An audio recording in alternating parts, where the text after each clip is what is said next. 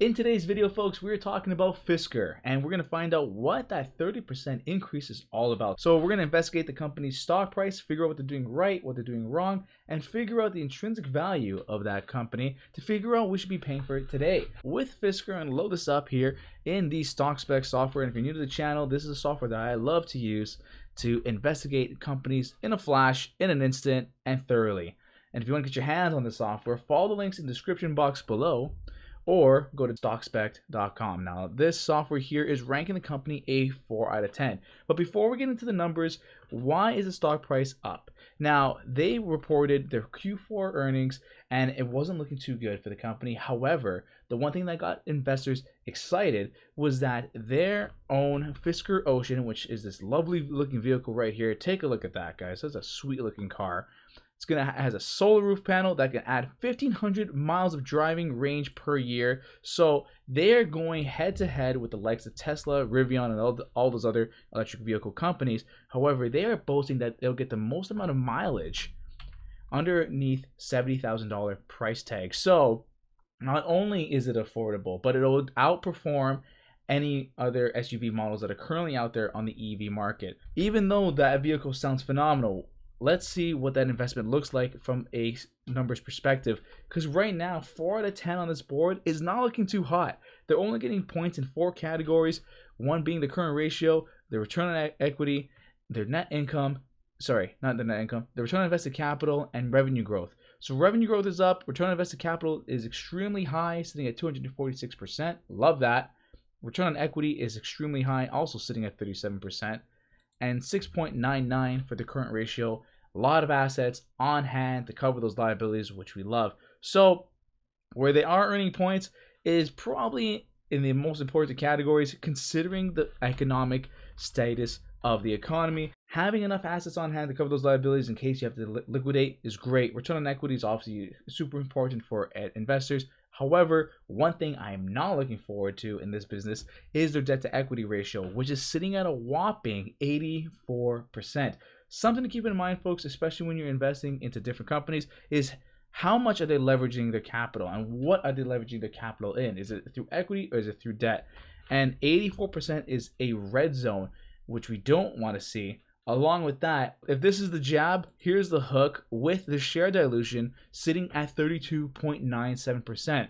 That is not looking too great, folks, because ultimately we want to find companies that have been keeping the share count the same, ideally, or better yet, buying back shares. But ultimately, new companies like this are going to issue out shares. And look, you've seen it with Tesla, you've seen it with a lot of other companies. People like the stock, they'll just hand it out because it's cheaper to do that than to issue on debt. A high debt to equity ratio, share dilution being also extremely high, not looking good on my watch. I gotta say, I'm not a huge fan of that. Especially, you go into the company metrics category, it is negative all across the board. Now, this section here of the software, the company metrics, takes a look at the trailing 12 months compared to the 5-year averages of the business, so you can kind of gauge where the company's standing currently to where they are on average. Obviously not available in terms of data because it's non-existent, or it's just in the negatives. I am not thrilled at that by one bit. Along with all the other negative numbers here on the board, honestly, I'm going to tell you right now, folks, this is a company I would probably just skip straight up. I would say, you know what? I'll wait until the numbers on the board are a little bit more green. If it gets to like a 6 out of 10 and something else pops up and that's in the positive, let's say it's like a 6 out of 10, that's something I would take a look at. One thing that's really turning me off is their free cash flow is in the negatives. My thing is this: as soon as a company has 1 year of positive free cash flow, that's where I get excited, because now I know, okay, well, we have positive free cash flow. This might be the turning point for the company where it's not just burning through cash, taking on debt, issuing out more shares.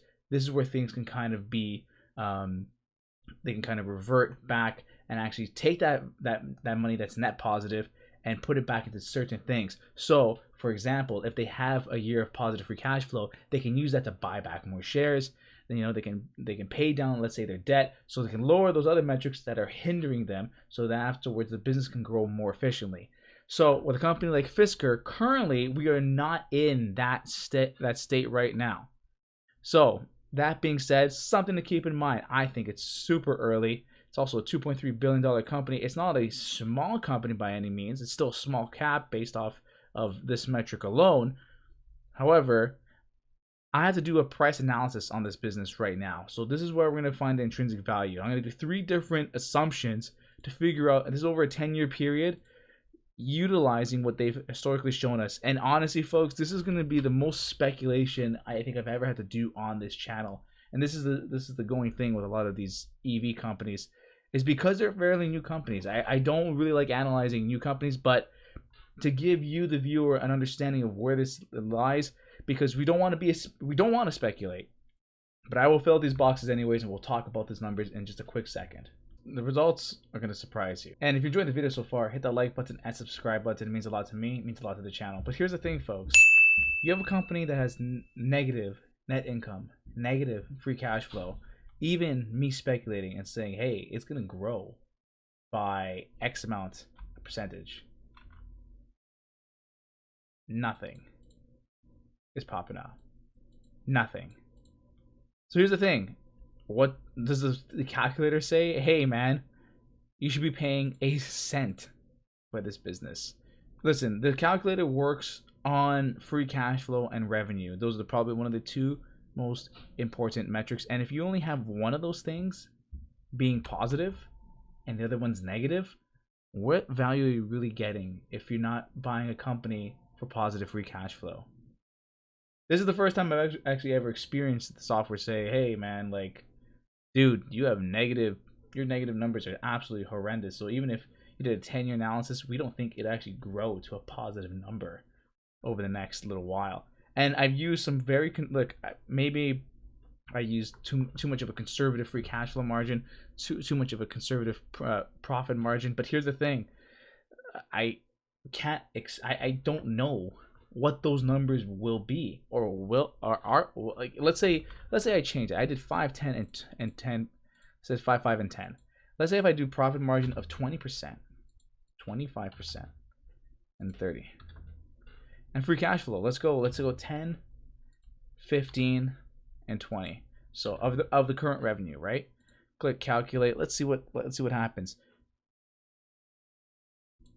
Yeah, like it's like that is still for their revenue, like 20% of their 20% of the revenue is free cash flow. Like, it's still pulling up these numbers here because it's currently in the negatives. Now you're gonna say, Leo, there's like the company has to be worth something. You are buying it for the future, right? Yeah, sure, but I'm trying to figure out what it's worth right now. And currently, anything over $1 is not really worth it. You're not getting any positive free cash flow. Like, sure, buy the company and then wait for it to actually generate free cash flow, but you're overpaying for it. You're overpaying for that free cash flow because currently it doesn't exist. Does that make sense? That makes sense. We're trying to find companies that are rich in free cash flow and figure out how can we get a discount on that free cash flow. But there's no discount to be had if the company doesn't generate it. So what am I saying with Fisker? Currently, I'm staying away from it. I was right from the get-go. I made that kind of prediction before. I'm like, well, there's a lot of negative numbers on the board, a lot of red on the board, negative free cash flow. It's not for me. Why would I buy something that doesn't make money? So folks, that's the video. If you found it informative, you found it helpful, make sure you give it a like, subscribe, share it with a friend that's looking to potentially up their investing game. Because ultimately, here's the thing, folks. It's so easy to buy into the hype of these companies here because, oh, they're going to promise this and they're going to promise that. Yeah, but off of what? Off of what grounds? What grounds? Because here's the thing. Some great companies have promised so many other things, failed, and they failed in delivering those promises, but at least they had something to stand on where, you know, they can revert to something else. Take Meta, for example. Take Meta. I think Meta's a great example because they have Instagram, WhatsApp, and Facebook, these phenomenal apps that everyone uses, but they've invested so much money into the metaverse, which people are not happy about. And they've been losing money. The stock price has gone down. But here's the thing. They have so much cash in reserves, so much revenue that they're making that they can say, you know what? This metaverse thing, wasn't the best. It wasn't the best promise we made. It wasn't the best thing we did. But you know what? We can revert back and actually do something else that we've been working on before, because you know what? That works. This is a company that we don't know. It's still brand new. It hasn't hit positive free cash flow. It hasn't hit, their cars haven't really hit the market. I haven't seen anyone drive a Fisker. So how can you justify buying something that you don't know they can revert back to something that will make them money? That's all I'm trying to say. Like, what is the backup plan? And this is a company that's already gone bankrupt once. So just keep that in the back of your mind, folks. I'm trying to be a little bit humorous with it, but like, have some common sense. Anyways, folks, that's the video. I'll see you in the next one. Thank you so much for watching. If you enjoyed this video, make sure you don't miss out on this stock right here. Now, I believe this might be the potentially best investment going forward in 2023, given everything that's happening.